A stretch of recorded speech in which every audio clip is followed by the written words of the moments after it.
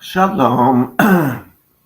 So hopefully I am going to have Chezi Spero on. He is a tough guy to get um, a hold of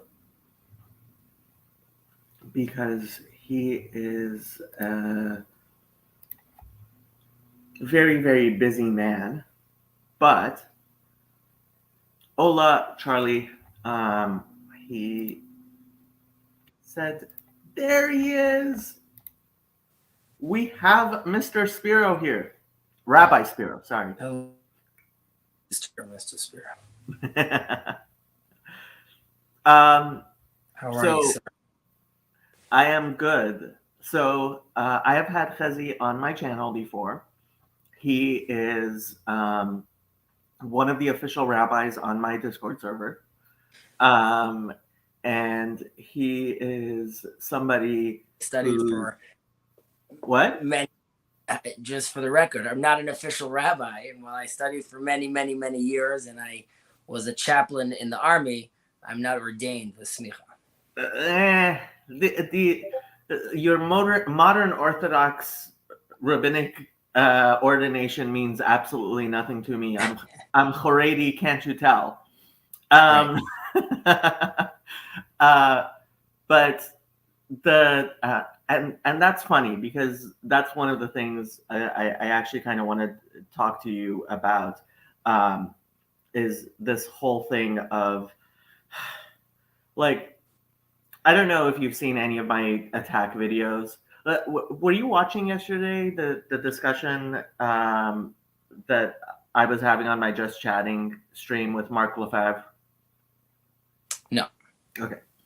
So the thing that we've been talking about and what I thought would be really interesting to talk to you about is we have and Richard actually, who's not Jewish, he said it's an upside down world, which made me think Olam Hafuch Ra'iti, which is something I've been saying a lot, right? We have this world in which it seems a lot of people who shouldn't be high up in the status hierarchy are, and a lot of people um, who should be high in the status hierarchy are not. Uh, and I kind of told this story, and it's happened a bunch of times, and it's a very Jewish story, so maybe you can help me interpret it for our not so Jewish audience. Like, and it's happened in several different ways, but basically the story is I walk into a synagogue with a posek who's a genuine posek. And being a posek in Judaism is not, it's it's a special type of rabbi that you only become when enough people respect you to ask you the most important questions. And this rabbi, who is well respected among people who know what they're talking about, walks into the synagogue and he's not wearing a long coat and nobody pays much attention to him. And some putz, and I'm sure you've met these putzes, who buy a long coat and grow a long beard and don't know anything, walks into the same synagogue and everybody treats them like they're some great rabbi, right? And this person who just has a sincere question about Judaism goes up to the putz and starts asking the putz the question when the posek is sitting right next to them, right? And for me, that's an indication of the posek doing something wrong. Because guess what? I don't blame the common person who doesn't know the difference between a posek and a putz. And I think it's important that we signal the difference between a posek and a putz. And on the internet, we have this problem all the time that there are people who are putzes who dress themselves up well and look like they should be the intellectuals everybody's listening to, and like people don't know. And then we have uh, actual poskim, or like people who really their opinion matters and they have something to say, but because of their humility, and I don't even want to call it humility, it's more, I would say shiflut, which is what Hasidic literature calls false humility, right? When you have ga'ava in your anivut, that's shiflut, right?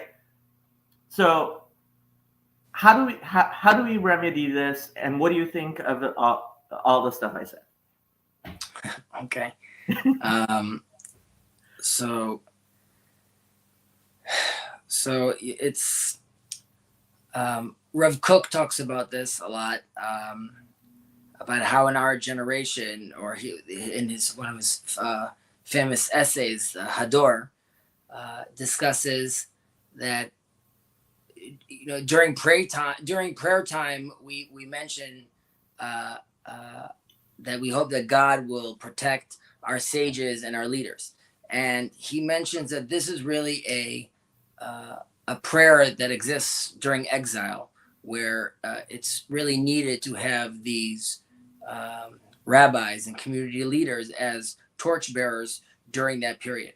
However, Rav Kook expresses that, and this is in a reaction towards young Israel developing, how you can see how the generation is becoming sort of fed up with their rabbis, and how that prayer is almost not necessary anymore, because at this point, while they're on their land, there really wants to be a manifestation of a new Torah. And part of this is also part of what Rav Kook calls the great BandAid of exile, which is when the Talmud gets sealed, none of these decisions are being made by everyone's agreeing together. These are decisions that are being made on the ground that are some of them are opposed to the traditional text, but we take them on, and we're understanding that they had to happen because of the exile and what was going through to the Jewish people and the Jewish nation at the time, and we accepted this. However, this is a 2,000-year default, and once the people came back to the land, there is definitely a case for a reestablishment of getting back on course. However, that could seem and sound very much like reform or conservative rhetoric, and many times when these things are pushed, they could create more damage, and this connects to Chesterton's fence and those concepts as well. But focusing on that with regards to some people that should be leading and some people that shouldn't be leading, or espousing their ideas, obviously the religion is based on tradition, and these schools and these sects are very much in their lane. And when you talk to many of these rabbis one-on-one, they will express a lot of sympathy with, let's say, the plight of the people, or come with a more open-minded, liberal understanding. I'm using like that as a general term. However, they all express that if they said this publicly, they would be, canceled, so to speak. And you could see moves like this already with, rabbis that quote unquote walk the walk and talk the talk and are wearing the garbs. They come out with seemingly a very legitimate certain verdict with regards to a religious question, but they're suddenly considered, the Overton window shifts and they're off. So it is a generational thing, and you're seeing this as like Rabbi Yosef passed away, and other big rabbis in the communities are passing away, and it is going to require the communities to reinvent themselves in a certain way. But this is also why I have a very big fear for the Jewish religion and religions in general, and that's why we're back to this corner of the internet where I think there's a lot of concern with regards to how religions and I mean, John Vervaeke is trying to build something new. I'm trying to, keep something, something I already have. I want it to be rejuvenated in a certain way. But all of us are sort of looking to make meaning out of this, and whether it's through ritual or through practice, I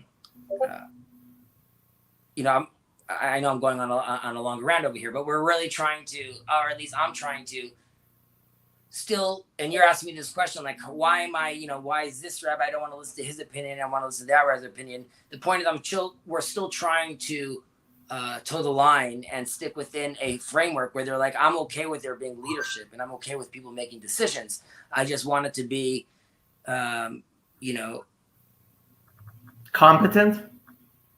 Yeah, I mean, competent. Again, it sounds silly to say like there should be a reformation, because within Judaism, Rezi has done that many times. It knows how to do that. However, in this day and age, with technological and biological, and therefore also sociological changes that are happening, I don't think that religious leadership is keeping up with what's sort of happening. So that really challenges it in a certain extent. Well, I don't know if all that made sense, but. I mean, you said a lot of things, and I don't want to go on an anti-Zionist rant, although I could. But look, when it comes down to it, competence hierarchies are important. And when you look at, for example, what goes on in Israel as far as being chief rabbi, right? How do you become chief rabbi of Israel? A bunch of mayors decide that you're the rabbi that they're willing to live with, even though, as far as I know, the vast majority of them are Chiloni. And to some extent, you mentioned Rav Ovadia Yosef. When Rav Ovadia accepted the position of Sephardic chief rabbi, I think he provided more status to the chief rabbinate than the chief rabbinate provided to him. Agreed. To some extent, it went both ways, right?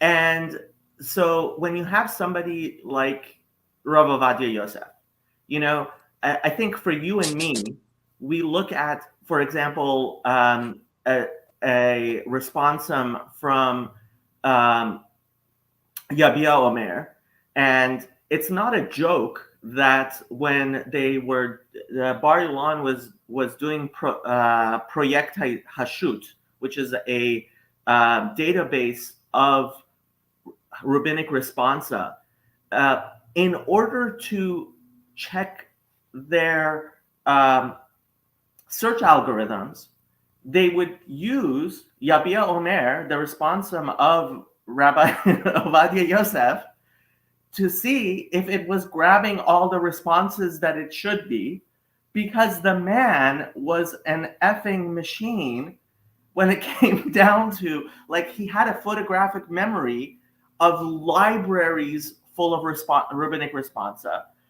And he gained his status by publishing these responsa that even people who disagreed with him, even people who really disliked him, were forced to basically have his Yabia Omer and Yechavedat, the two series of responsa that he published, in their homes, because the man was an index of Torah, right?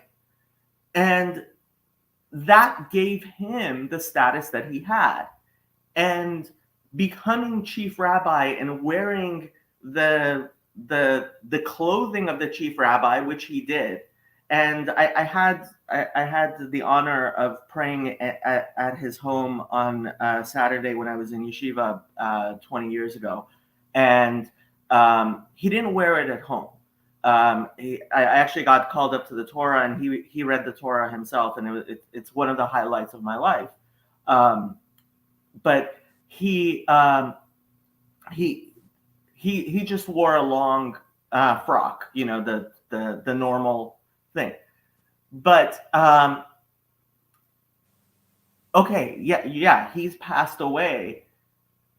But when people look around for a rabbi and they want somebody competent, and there isn't somebody who shines like Rav Ovadia did, and his son is now the Sephardic chief rabbi. And look, I have his book, Yalkut Yosef, here, and I used it enough that I had to rebind it because the binding came apart. And it's an anthology of his father's works, right? It's a kitzur of his father's works, right? It's an abridgment of his father's works, but he can't write. He's not his father. That's obvious. And he's chief rabbi as kind of like nostalgia for who his father was. So how do we operate when our rabbis are, and how many of the chief rabbis recently have been the sons of former chief rabbis? And honestly, like the corruption in the chief rabbinate, and I mean, we don't need to talk. This isn't a unique thing to Israel or to Jews. This is something that, Father Eric, who comes on here, he's a Catholic priest. He's not very enamored of the Pope, right? Right. And so competence hierarchies are incredibly important. And we don't. I know, but Jacob, I would say that in a certain way, a part of me feels like that time has passed, and that's not necessarily like a bad thing. I don't know if we necessarily need that model anymore. I think it makes this is this is a specific case to Judaism, though. But I think with today's day and age and today's technology, it might make more sense for a local rabbi to present said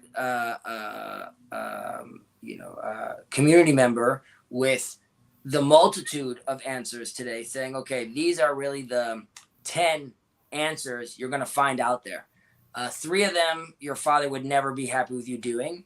2 of them are really for in these extreme cases, and X, Y, Z. Now, be educated, make a choice, because ultimately, if you want to talk about because finding the right leader, finding the right community leader is just another level. But if you want a faith shift and you want to,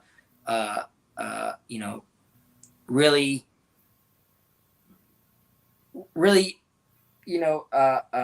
live up to your potential, it's going to require more than people just listening to community leaders. It's going to require people to do the work themselves. And I think the Bible talks about the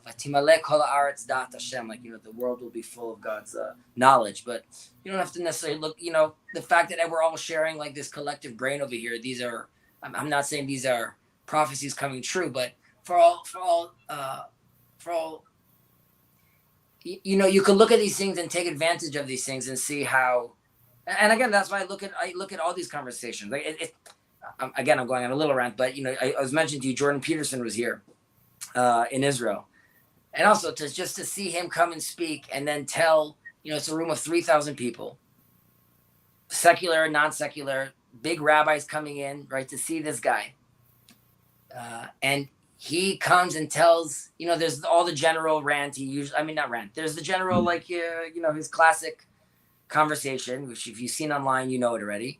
But then he comes and says, Israel, is the Or Lagoim, yeah. Or Lagoim, and of all the world's looking at us, and it's all about us, and like we're like the world's morality is based on us. So, and everyone stands up, standing ovations, clapping, right? And I'm sitting down looking there, being like, what's going on around me? Now that's not any chief rabbi. There's rabbis in synagogues that are basically saying this every single week, and people are passing out, right? And this guy, everyone's just like going nuts, right? Here he is. So I think the past. Chezi, I have to push back against Sure. Go ahead. What you're saying. Yes, Timale, the land should be filled with knowledge the way the waters cover the sea. And you sound to me a lot like Sam Harris, So, right? like Sam Um, Harris. yes, like Sam Harris, who thinks that we can have a morality that works for only people with an IQ of 150 and above. And I'm sorry, there No, no, are one second. I appreciate your pushback. I'm just saying, like, it's important to remember the context of me saying that, like, I'm not pushing away ritual, and no, I'm no, not no. rushing to like. Hierarchy. Chezi, look, you are an architect, I believe, right? Is that correct to call you? And Yeah.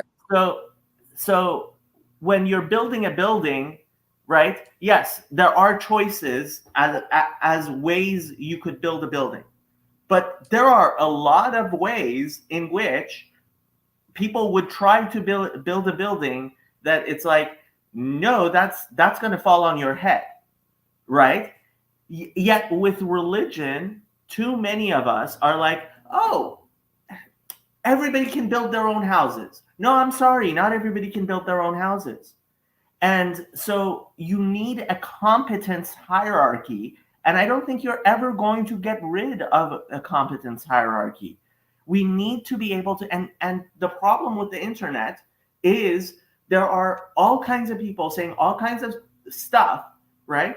And some of them are idiots, and some of them are actually very, very intelligent people.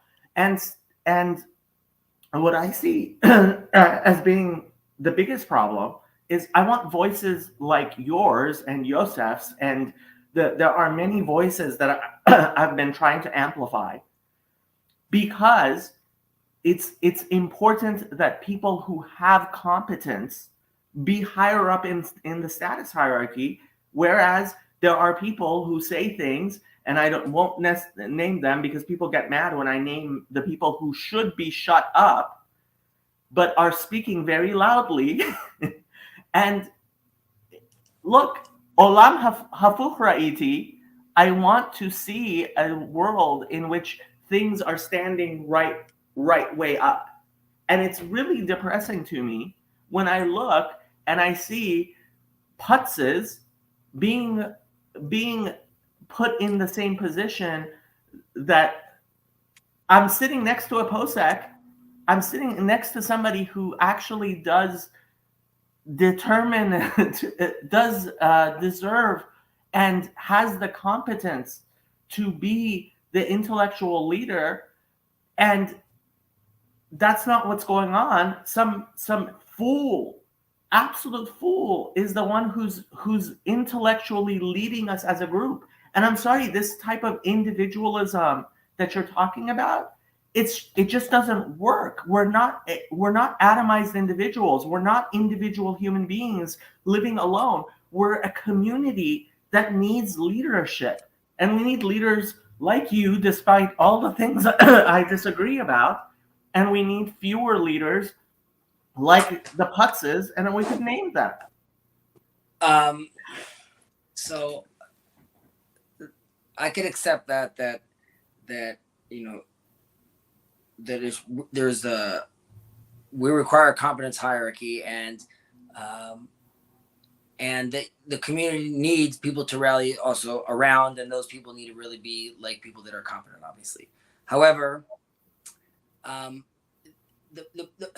the problem is because of the specific system. You're saying competent, but there's also competent. It's in your eyes to do what? To push an agenda, to make decisions. But even this is something that I challenge friends of mine about, which is, or I'll take a more specific case. What's in my family about? I'll use this as an example. For Orthodox Jews, they don't go swimming on the Sabbath. Okay, and then there's, for different reasons, but there's a split between Ashkenazi and Sephardi with this regard. And in the Sephardi tradition, one can swim if I recall correctly. It's very hot and it's not there. It's not something they do. It's like it's not in their general like community, bathing. whatever it is. Yeah. Okay.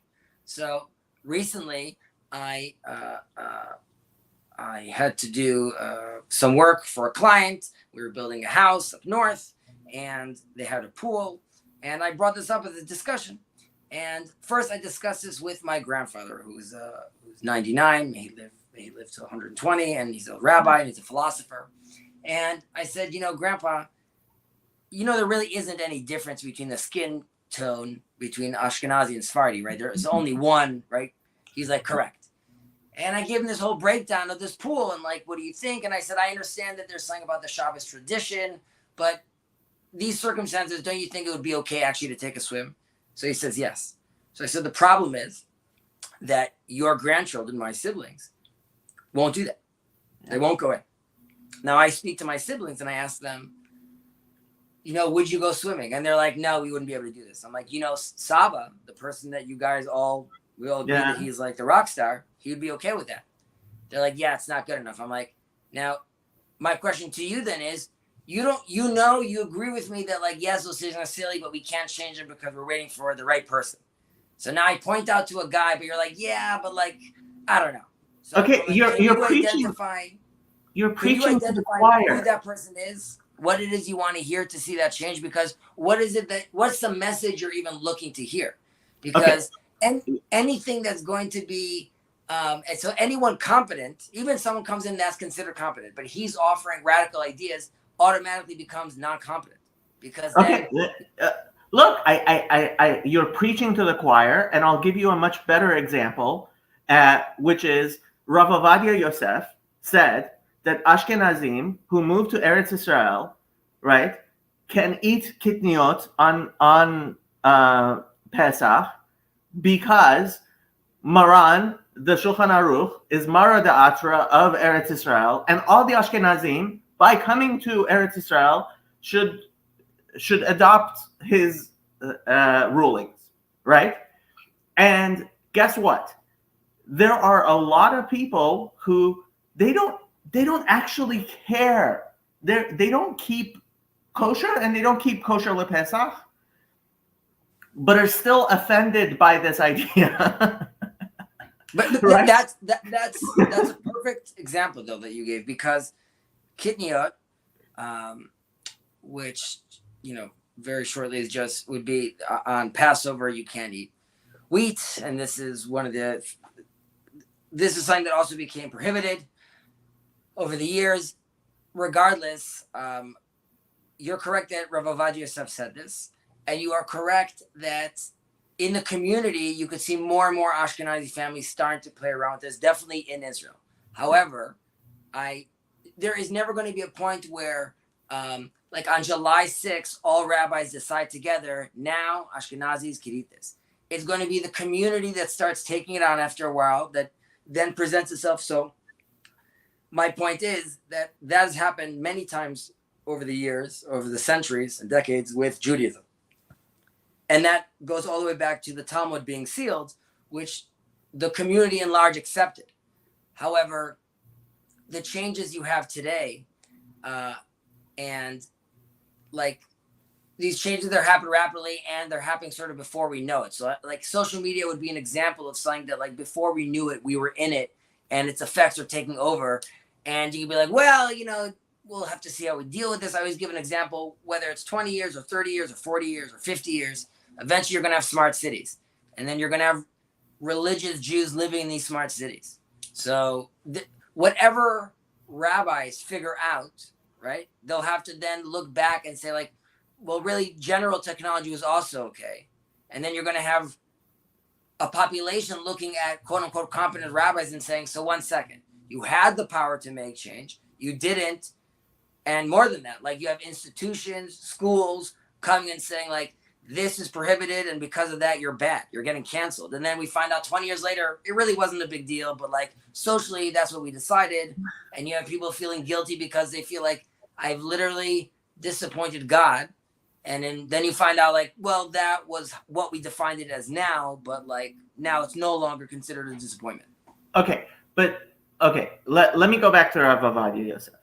If Rav Ovadia Yosef did not have the shoulders to allow Ashkenazim to eat rice on Passover, and despite the fact that was his opinion, that's not what happened. Is that I think that's a problem, and it's always been one of my problems. As Haredi as I have been, right? What bothered me the most, and when I was assistant rabbi at a synagogue, like I tried giving this speech, was look, you have no right to say that something which a rabbi who is competent says is kosher is not kosher. Yet people do all the time. But wait, one second, Jacob. The famous study halls and schools of Shammai and Hillel, right? Right. I mean, they contradicted themselves all the time. The idea is that you're still considered No. within. I'm not talking about contradicting. See, there's a difference between somebody who has a halachic opinion and understands, oh, you know what? Yes, I believe halak Beit Yosef is the oraita, right? Or I believe that if it does have a sircha that you can't remove, right? There's a difference between having a halachic opinion and being an am haaretz, right? And being somebody who doesn't actually know the difference between glatt kosher and not glatt kosher, right? And then saying, no, it's not glatt, and this is a question of competence hierarchies. Look, there are people who have opinions about Rav Ovadia Yosef doesn't understand what he's talking about, right? And it's like at some level, even in religion, and part of the problem here is people think all is fair in religion. They really do. But Jacob, what like? Well, let's take this guy right now that comes and says what Rav Ovadia Yosef is saying is complete nonsense, right? And you're like, this guy, like, where does he get the nerve to come and say this? But in our Talmud, we have rabbis coming and saying it doesn't matter that conceptually the voice of God is coming into the study halls and telling me that I'm wrong. It's not in his jurisdiction anymore. I have to tell you that particular, and I have a video on that particular thing.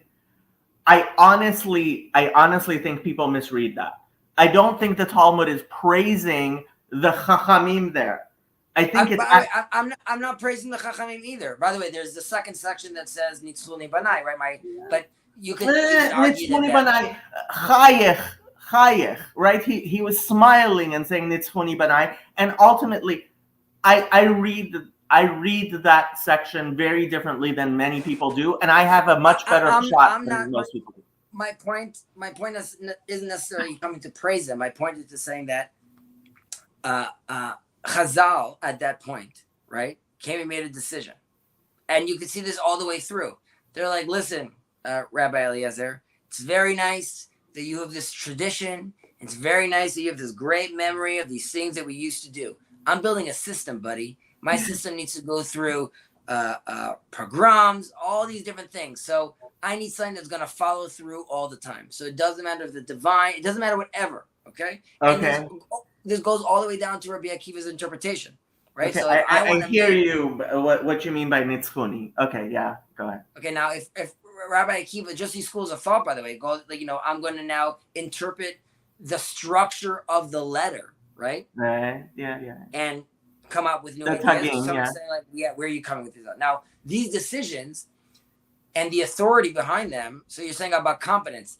It's not that is Rabbi Eliezer not competent, or he's saying like, I don't know what you're talking about reading into the letter structure. You're just deciding this right now. Whether that's true or not, decisions are being made. Political decisions are being made. The future of the Jewish people at the time is so no one's going to rock that boat. So right now, whoever is saying that Rav Ovadia Yosef is wrong is saying, listen, we have a tradition. It's been around for X thousand years. It just sounds like you're just shaking the boat. You're playing with the web. It's too delicate. So the answer is no. And that works for 2,000 years. However, someone needs to go back to that study hall and say like, okay, but now that we're back, we could have a conversation which tries to orient us again towards truth.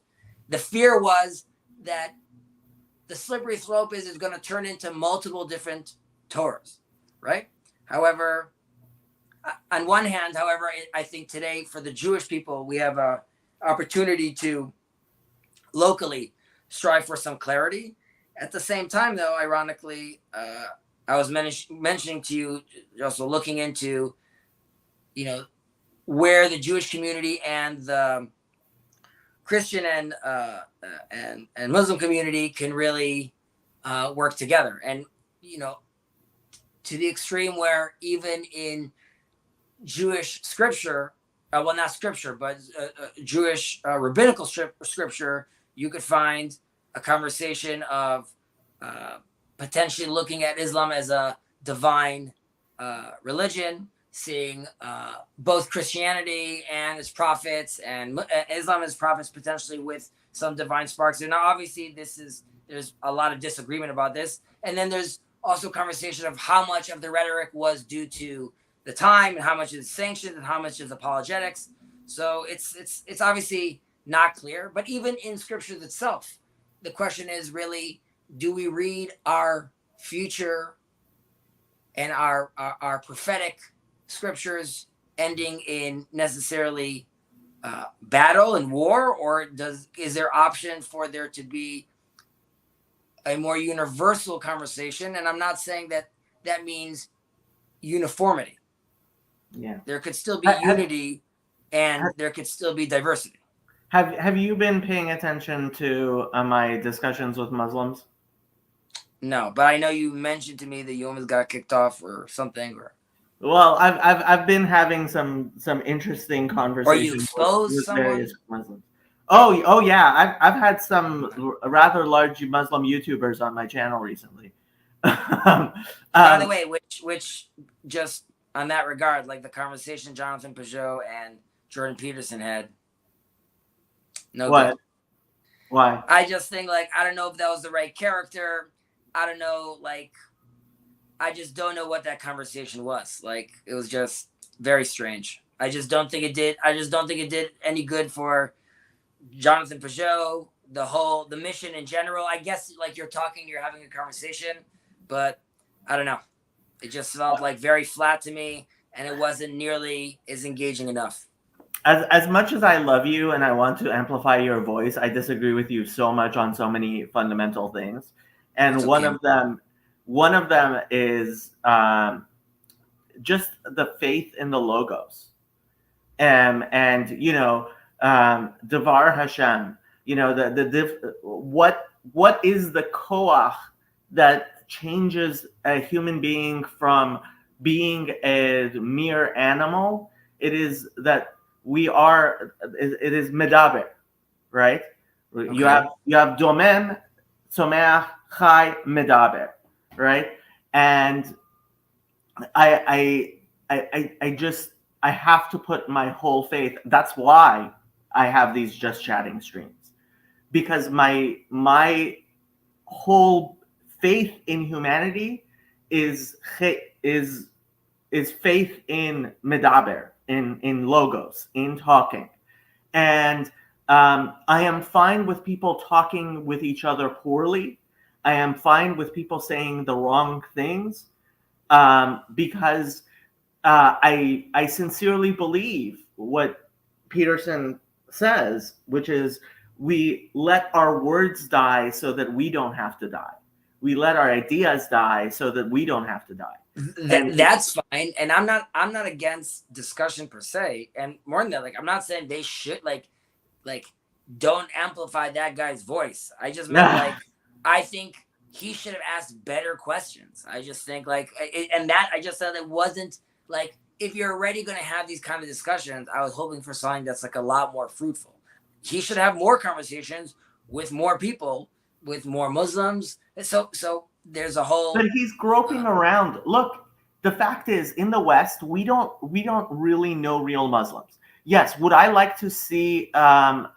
If he had asked me, if Jordan Peterson had asked me who should I speak with, I would have said Shabir Ali.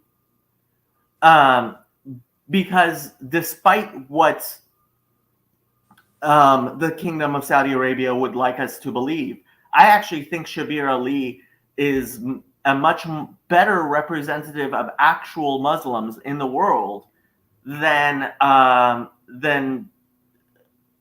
somebody like Muhammad Hijab is. But the fact is, Muhammad Hijab is the person that the Saudi there are so many spirits at work here, and there are lots of different spirits. Look, just the two of us when we're having a discussion, you're coming from a very Zionist, God have mercy, standpoint in the things that you're saying. And look, I have the works of the Satmar Rav right there. Like I was very, very anti-Zionist, and I've had to tone it down a bit. And I have toned it down a bit. But like by the way, just as far as that, like you mean Zionist as like a religious thing, as a political movement, as how it's recognized on Wikipedia, is how that's like good a question. Term, Zionism. But Jacob, I would say that like to what end also, as far as this conversation, yeah, we should be speaking to everyone, right? But let's say what in this corner of the internet, you guys had like your Hunter Bay. What was it called? You guys had your Thunder Bay, yeah. Thunder Bay. You guys had your gathering.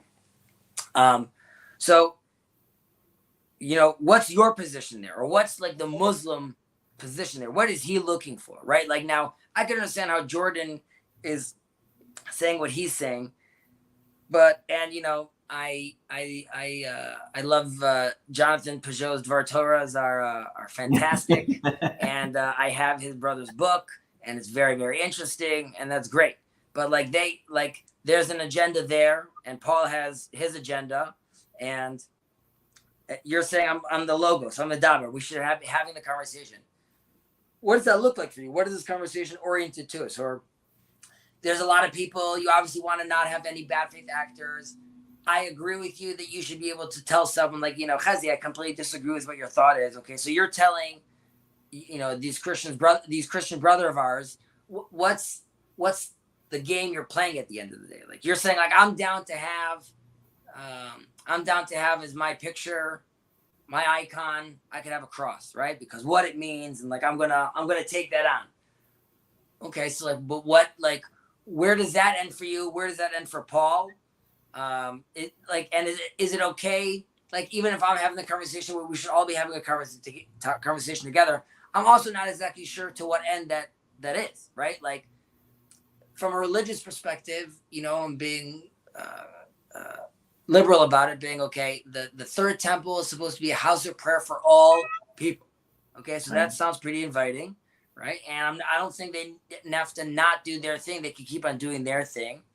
So then there's a real question of like, okay, but then like, how are you? Like I've even heard interpretations of like, the Trinity is just an explanation, obviously, of like how you'd call multiplicity, and you see God everywhere, but it's explained that way, right? So that's I could jive with that. Is Paul going to jive with that? And even does he need to jive with that for me? Like what is it that we're looking to do? And as long as, and I guess that's sort of the difference. Like the Rambam can't handle that Trinity. But can you come and say like, yeah, if that's the term I need to use, like I'm going to call Muhammad the prophet, and I'm going to call the Trinity, just because these are, once we really understand the underlying concepts. Okay. So I have to say, on my channel, there's one rule for the Just Chatting streams, is no unadulterated veneration of the Trinity, right?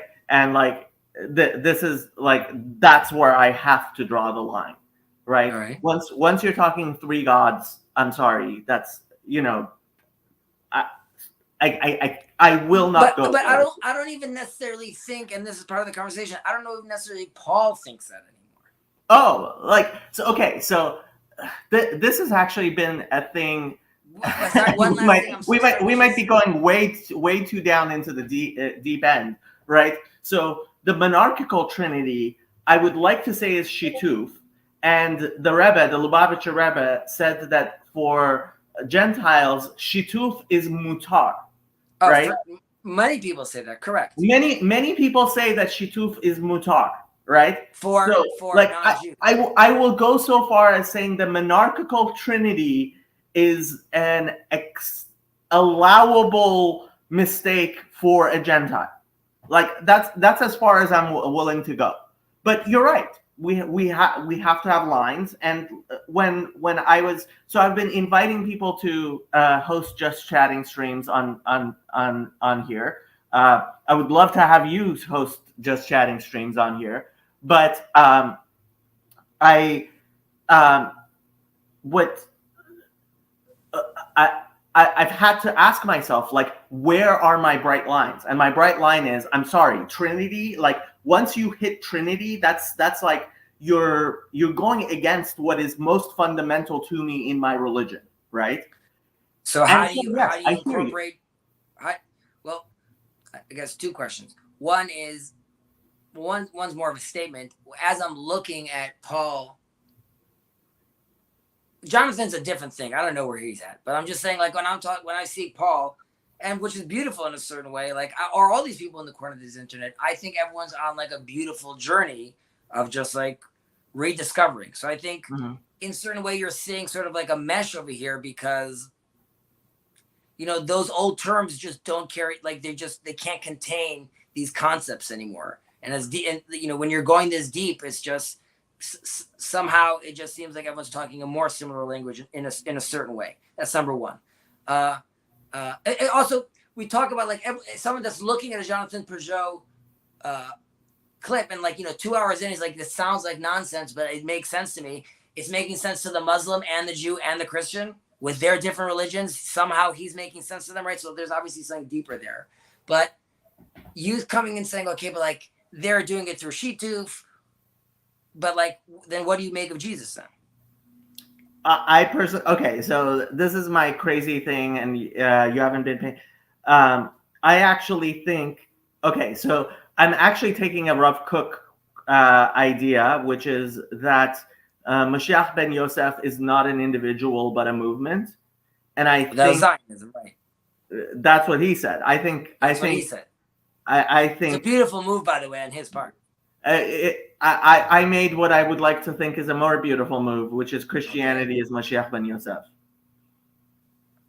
Christianity is Mashiach. Well, and like Rambam talks about how like this is these are all movements towards that move. Okay, and that's what I base myself on is Rambam, and I believe that Christianity is Judaism viewed through a glass darkly, and I think that ultimately what Christianity and Islam achieve is spreading the Torah all over the world, which this is what they have been doing.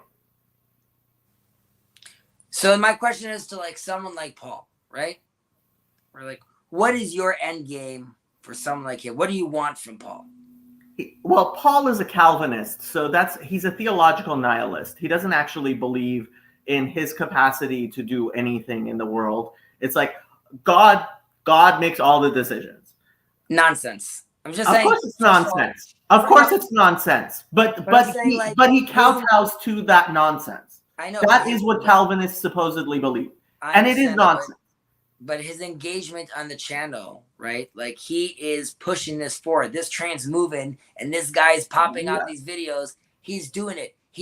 I'm saying, having this is the funny thing. This is the funny thing. I say to him, as Calvinism is theological nihilism, and his answer, this is Paul Vanderklay's answer to me, right? He says, but Calvinists don't actually act that way. And I'm like, yeah, you're right, which means you're not even Protestant, you Protestant. Your beliefs are not the source of your actions. And yes, he acts very differently than he claims he believes. And yes, he wants, of course he wants me to accept Jesus as my Lord and Savior and believe in the Trinity and all that stuff. I don't know if he wants that. I think he wants that. I'm pretty sure he wants that. He wants it, but he accepts, because he kowtows to his theological nihilism, he accepts that that's not something that he himself can affect. He thinks it's something that God... So Jacob, okay, so if that's what Paul wants, and that's what Jonathan wants, and that's what the Thunder Bay people want, right? So what are you doing? Most of them, yeah. What are you doing there? What am I doing there? I am engaging with human beings. So the reason you see the background, right? The reason why I have the background as it is, and let me actually show it, right? Is the twin commandments, va'avta et re'echa kamocha, and va'avta et Hashem Elokecha, and those two commandments, and like Jesus said, which was one of the most shocking things in Mark 12, right? Jesus says what Judaism has always said, which is the greatest commandment is Shema Yisrael, Hashem Elokeinu Hashem Echad, va'avta et Hashem Elokecha b'chol levavecha, right? And va'avta l'recha kamocha, and those two commandments are the same, right? And so, as somebody who believes that God is the creator of all of us, of echad lekulanu, right? Then I believe the reason there are 2 billion Christians and 1 billion Muslims is because Avinu Shebashamayim created these people, and I have a responsibility to engage with them as medaber. And sure. But yeah. To what end? To whatever so end Hashem. Saying let's I mentioned before that the third temple would need to be a place of prayer for all, worship for all people. Okay, so you're inviting Paul there, right? I'm a Levite. You guys are welcome to my house for Jerusalem, right? We come and we go. We get it. There's a great barbecue, and we go to the temple and we're praying. And you're gonna sing. I'm just saying. So I love the concept of, I could say God, I could say Allah, all those, right? Yeah. Now, is the concept that Paul is there with us, but he's praying to Jesus there, right? Is that so where, as a medaber, right? Because I part of me thinks in this conversation, that's where it's happening, because if John and Ian McGilchrist and Jonathan Peugeot and all these people are having a conversation, they're not all talking about Jesus. So they're scratching at truth in a certain extent, and I'm very comfortable with that, because in a certain way we're all very comfortable with that, because we're Allah and God and the Father, and we're all cousins. Everyone's having a good time, because no one has to mention. I'm, even the elephant in the room is not exactly so clear. Well, okay, you're even more of a messianist than I am, and mazel tov for that. What do you mean by that? Well, you're talking tachlis. You're talking what is the end goal? What is happening? And, but the end goal, like you said, I don't see it. My end goal is very different. My end goal is actually that Paul will recognize that Jesus was just a Jew, and that a prophet. But by the way, I don't prophet, think or are you saying even the prophet of the movement that's recognized, what you're currently saying, as the messianic leader of that time, right? An anointed and faulty human being, and look, ultimately, I want everybody to believe what I believe. And I have some weird beliefs. And the fact that now there's at least one person who's because of speaking to me, thinks of himself as a Noahide, that's shocking to me, because nobody's ever agreed with me before in my life. So, Rav Uri Shirky, very interesting rabbi in Israel. Yeah, I think you've recommend his books. He came to the Jordan Peterson conversation, and he met with Jordan Peterson in the VIP earlier and gave him his whole Noahide Bible and this whole book just about how. Oh yeah, okay, I know Shirky. Okay, yes, go ahead. So you were giving him a whole book of how Noahides should live their life, basically, and told Jordan Peterson that he should be taking, basically looking through that prism and going about things potentially in a different way, which was an interesting concept. He also said that he believes Jordan Peterson is very good at identifying wrong and right, but he's not. He bashes them for Jordan being very hard on postmodernism and not trying, as in Kabbalah it's called la'alot nitzotzot, right? He's not managing to bring out the best out of those things, which is like, I hear that in a certain extent. Yeah. But that's what you want for Paul. So, because part of me, I look at this conversation as fascinating because like, like, it's such a beautiful conversation going on, I think. Okay, let me explain it in terms I think will be more clear. So the Rambam regarding Christianity and Islam, right? Mm-hmm. And he says at the end there that they will all realize that they were mistaken. Well, that's the one part I actually have the most problem with the Rambam there, because I figure there must be something that I have mistaken as well. Right? That when Mashiach comes, there will be something that I realize, okay, right now, whatever my conception is, there must be something wrong there. Because if there was nothing wrong, then I would actually be perfect, and God knows I'm not perfect. By the way, right? No doubt there's something wrong. But I think the more this conversation on this corner of the internet continues, the more I think it's obvious that everyone's got it wrong. Yeah, and so I don't. So one of the things I say is religion is not a destination; it's a path, right? Right. It's a derech. We're walking through Getz al Mavet, right? And so you have this shining city on a hill you want to see, and frankly, I'm just looking at the next curve in the path. I totally understand that. It is, like you mentioned earlier, different specifically for me because I don't want to say you're a Zionist. God have mercy on your soul. Well, I'm just living. I'm like, but like, for example, Jordan Peterson coming here and saying that and getting standing ovations is within itself almost like, I'm not saying it is, but it almost seems prophetic at a time because you're like, what's happening here? Look, I look, what is going on is blowing my mind in terms of actual prophecy being fulfilled. For example, what it says about 10 men from each language coming and saying to a Jew, we want to go with you because we have heard God is with you, right? And it's like, that's actually like happening to me in a very real sense. Like, that is actually happening to me, right? Which is shocking. And yes, I do believe we are approaching the end of times. I have to say, I am very, very, very opposed to the idea that we are at Atchalta the Geula, or that there was Rashit Smichat Galutenu. Certainly not. We totally disagree. I know we totally disagree, but certainly not. I'm here, not baby.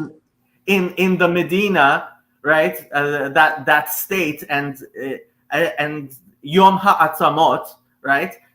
So like, yes, we disagree a lot, but when it comes down to it, I think, look, the Dead Sea Scrolls to me are the most amazing thing in the world, and as I've been just recently started digging into them, they're even more amazing because frankly, I thought that the Mishnah was being anachronistic in how it was portraying the Tzedukim, and like when I read Mikutzat Maaseh Torah, which is one of the Dead Sea Scrolls, and I have a discussion about it on this channel, like I was like, okay, I doubted Chazal in ways I should not have. Chatati aviti pashati.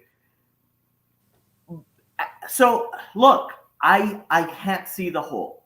I cannot see the whole. I see that we are that I believe the Rebbe was in fact prophetic, and I do believe that we are at a certain point which is amazing, and I have a hope that maybe Mashiach could come in my lifetime. But frankly, when it comes down to it, I keep on thinking of that Mishnah that says the the day is late, the work is much, the workers are lazy, and the Hayom katzar v'hamelacha meruba. right, the law alecha ligmor, V'lo alecha lamelacha ligmor. hamalacha ligmor. What was it? You're not free to lehibatel mimena, right? And look, that's what it is. It's like, okay, look, I'm not free to not keep on doing the work, and I don't know how the work is going to finish, and I don't look. I'm lazy. I don't know that I'm going to actually finish my part. But that's what you do. I'll push back, and maybe you're doing that because, like, on the form, right? Like, on one hand, there's a conversation like, what does Jesus mean? What does this mean? Like, what is it? Like, you know, Jonathan's getting asked all these questions. Paul's having these conversations. Like, is Jordan gonna say it? But like, then I had a little insight to like, okay, you guys are looking at this Jordan question, asking like, does he believe? Does he not believe?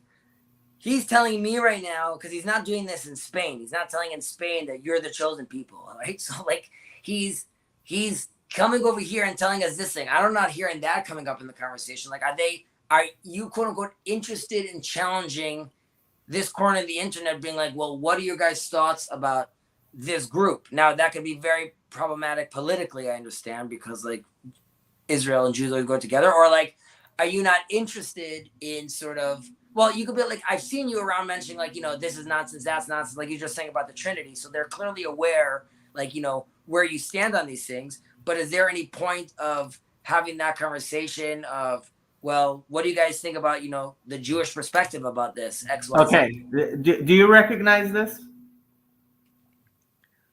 Yeah, okay. Do you recognize where it's from? Yeah, I think so. I think Rav Kaduri was correct, and I colored in those Roshei Tevot, and I think what he was saying is Yarim Ha'am, right? That and this is a concept in Hasidus and the Kabbalah, that the Tikkun Hagoyim has to come davka biyad Israel. And I think it does. Davka have to come biyad Israel. And look, the ayin there, I think, is referring to the Shiva Amim, right? And the Hey and the Vav, right, are the Hey and the Vav Tachton, right? And ultimately, that Adnut has to be in Malchut, right? And if you understand what I said, you understand what I said. And so, yeah, this is what I'm doing. This is what I'm doing. And you just said, for example, and I obviously the agenda, quote unquote, is not to convert people into Judaism. Of course not. But like you just said, like you're like, Chezi, you know, I've got this Noahide, right? I got him to be like, he's like, okay. I guess in a certain way, there's also a transition that sort of requires both from Muslims and from Christians, in this case, what are they filling up in their mind that, you know, that Muhammad space or that Jesus space with? Look, okay, so Mamlechet Kohanim, ein melech below am, ve'ein kohen below am, right? So look, Yarim Ha'am. Ultimately, I have to say that in the body of humanity, Li Rosh, Israel is Li Rosh. And we must be Rosh, and that does not mean that your hands cannot rise up above your head. In fact, your hands do rise up above your head. And Kol Yaakov Yadai Midei Esav, right? So, but I think you understand where I'm going with this. But do you see?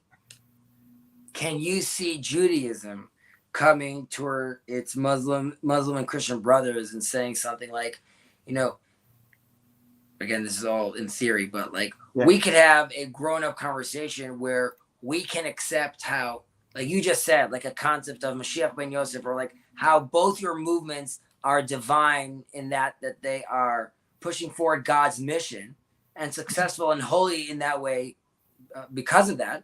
And due to that, both its major leaders / prophets, we as Jews could recognize them as divine figures. However, and the bitter pill, what Paul would have to swallow is, okay, but that's where his and the hierarchy, he is prophet. Prophet. I wouldn't even say prophet. And ultimately, I say this to Christians all the time, and I say this to Muslims all the time.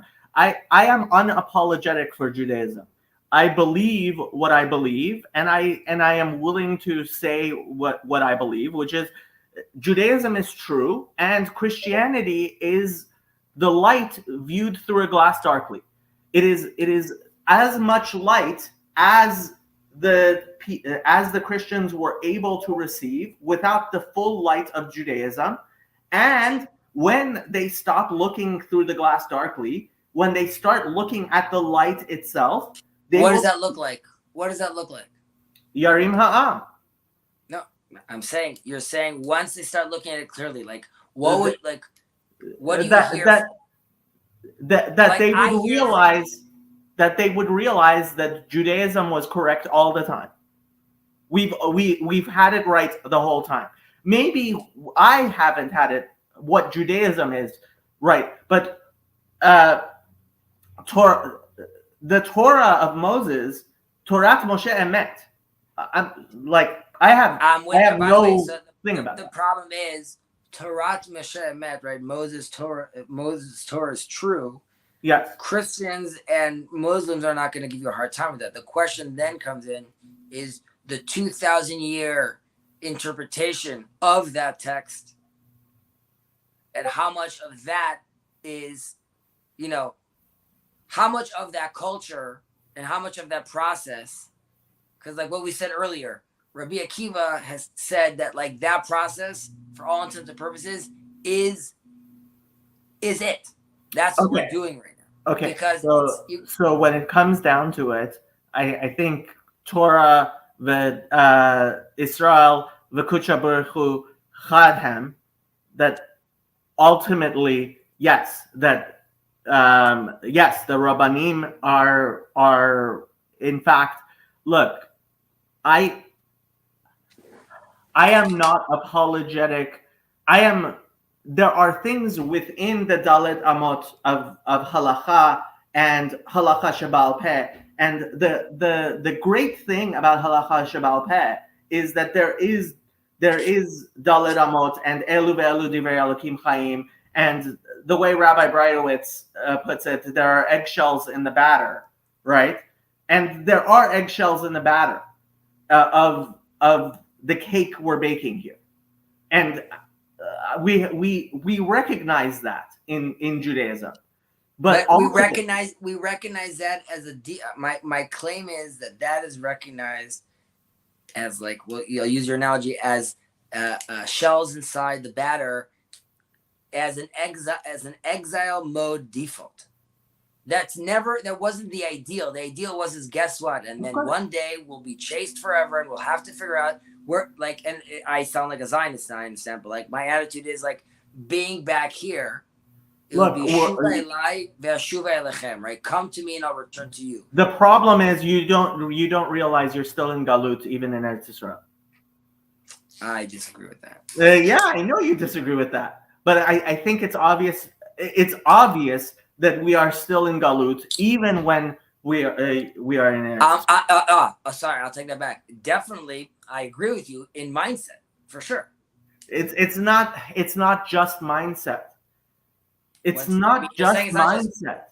But you still have to tackle what it's happened.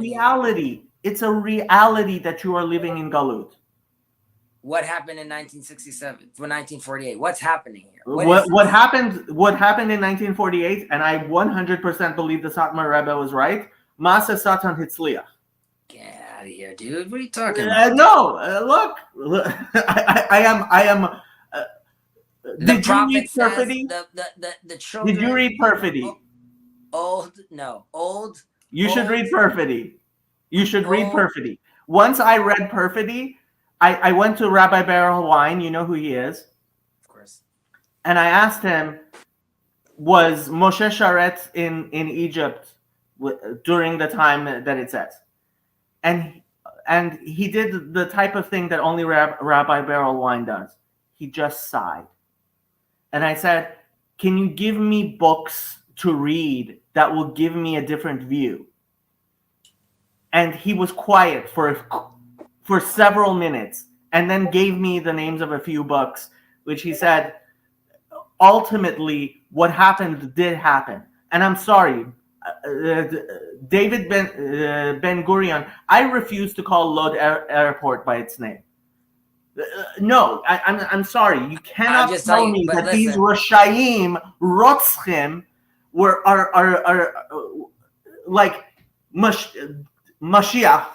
No, I'm sorry. That's not first of all, they're definitely not as a person, as an individual. They are, I believe, as a process. And then there's the overarching fact of, listen, the old folk are sitting here on the park benches watching their children play, just like the prophet said. Look, my family is from Naharot Bavel, and my uncle Baruch, who grew up al Naharot Bavel, lives in Beit Vegan, right? And he is just as convinced as you, and even more so, because he's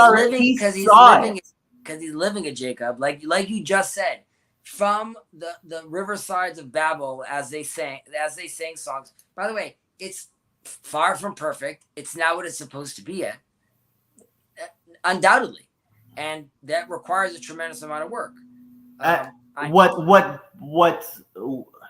What worries me, and I can give you all kinds of books to read, is I see the Zionist experiment to be much like Rabbi Akiva believing in Bar Kokhba. And I am worried. I agree. So I'm also worried. And that's what I'm saying.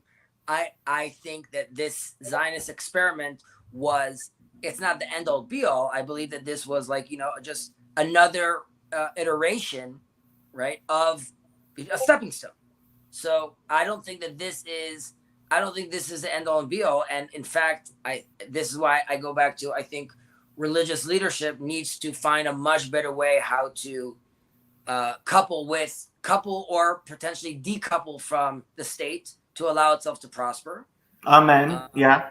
So, while that means allowing civil marriages, and there's different ramifications to that. And getting rid of the chief rabbinate, hopefully. And getting rid of the chief rabbinate, but only because I believe that if that was decoupled from the state, that would naturally rebuild itself, but in a more healthy way. And I believe that the majority of the population over here, and this also has to do with labels, if we could relabel most of people in Israel as traditional, and then label traditional as still worthy enough, basically, in the hierarchy to be considered religious, okay, then then automatically Israel becomes a religious state.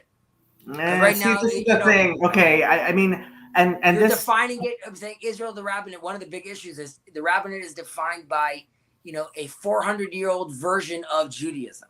Okay, and that's look. This isn't the problem. I don't think that, and I have personal trauma being a Parsi, being from Iran, and seeing the theocracy of the Islamic Republic of Iran.